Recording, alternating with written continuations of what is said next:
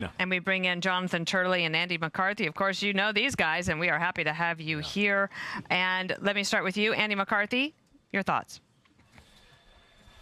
Well, I think this is Merrick Garland and Joe Biden derivatively being caught on the axle of their own politics. There was not any reason for there to be a special counsel in this case. The Biden Justice Department investigated Trump for 2 years before Jack Smith was appointed. He was appointed because Garland knew there were going to be cases brought against Trump. He knew that Trump would make the political claim that Biden was using his executive prosecutorial authority against his political enemies. So in order to create the illusion of independence of the prosecution of Trump from the Biden administration, Jack Smith was put in for that purpose. But the problem is, constitutionally speaking, his position is not created by Congress, and he's neither nominated by the president nor confirmed by the Senate. And the roster that David just ran through, most of those special counsels were confirmed U.S. attorneys. Pat Fitzgerald was a United States attorney. John Durham was. David Weiss is.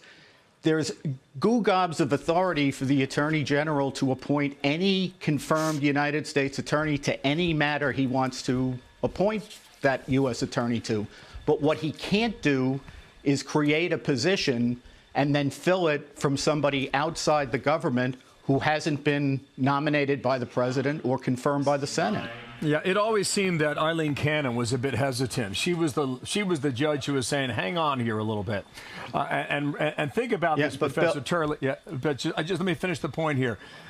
Because these cases were proceeding in New York, like the E. Jean Carroll case, and everybody said, wait a minute, you can't do this because that's not fair due process. And then you had the 34 felony counts that kept going with Judge Merchan's case in his courtroom. And Eileen Cannon, see, she kind of, she put her voice into this a little bit, saying, wait a minute on this and wait a minute on that.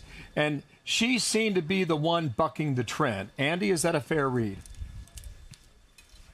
I think it's a fair read with respect to some things, although I think she's just giving him a fair trial, which is not something that's happened to Trump in Washington or New York. The problem with this issue is not peculiar to Judge Cannon, at least her detecting of it. Justice Thomas wrote about this very issue in the immunity case in his concurrence. Attorneys General Ed Meese and Mike Mukasey have both filed a friend of the court brief on this issue, pointing out and explaining why the appointment was unconstitutional. Thank you, Andy. Stand by. Jonathan Turley, you tweeted that this was the 3-point shot for Trump. The easier basket was the D.C. case, despite a far more favorable judge for Jack Smith. Tell us more.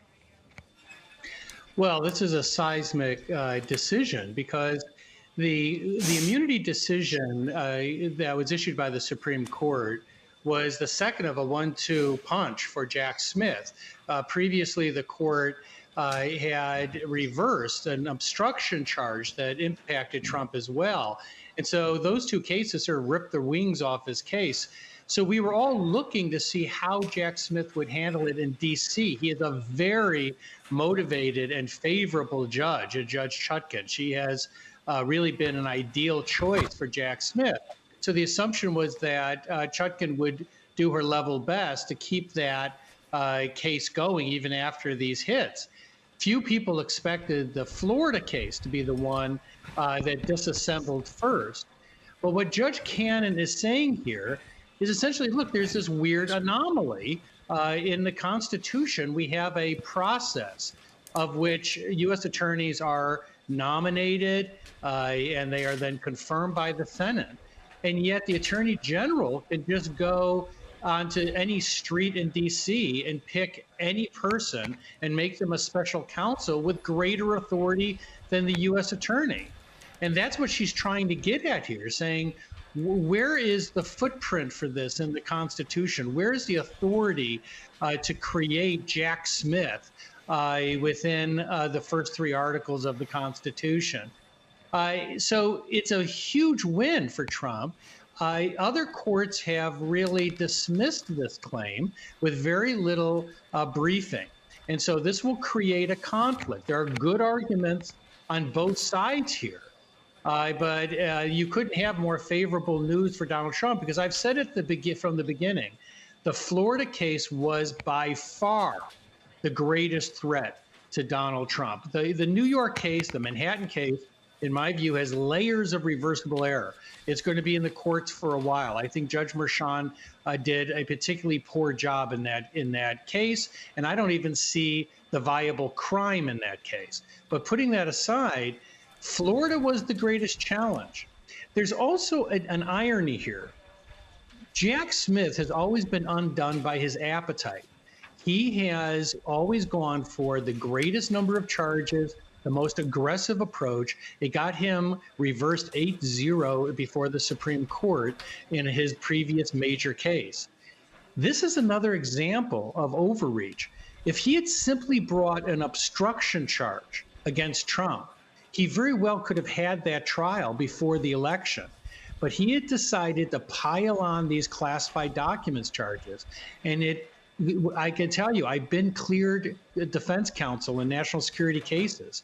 When you have that many classified documents, it's like invading Russia in winter. I mean, it goes very slowly. Well done. Phil Holloway on X. This can be appealed by the government. Trey, as you said a moment ago, that's going to take a long time, and SCOTUS would likely uphold it based on the decision that was rendered by Justice Thomas. Andy McCarthy, you said we got gobs of stuff going on right now. I'm Steve Doocy. I'm Brian Kilmeade. And I'm Ainsley Earhart. And click here to subscribe to the Fox News YouTube page to catch our hottest interviews and most compelling analysis.